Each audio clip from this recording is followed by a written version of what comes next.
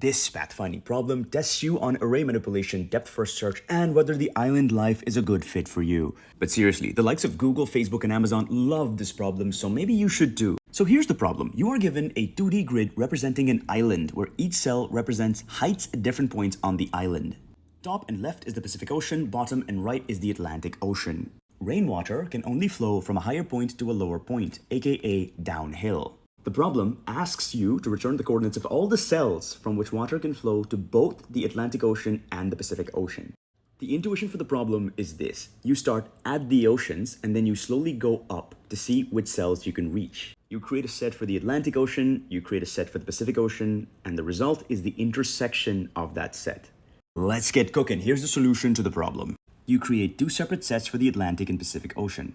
You define your DFS search function to go uphill from the coastlines, keeping track of the visited cells. Here's an example of how we kick off the depth-first search from the coastlines.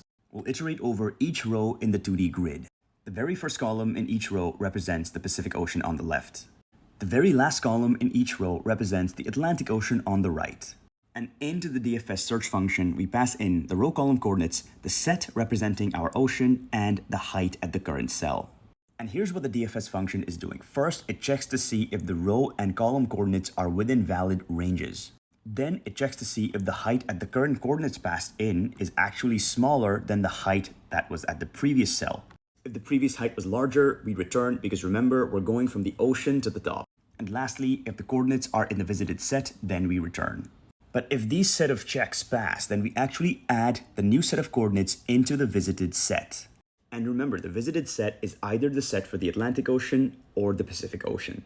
And now the depth-first search begins. We explore all of the adjacent cells on the top, bottom, left, and right by calling our DFS function recursively with the top, left, right, bottom coordinates.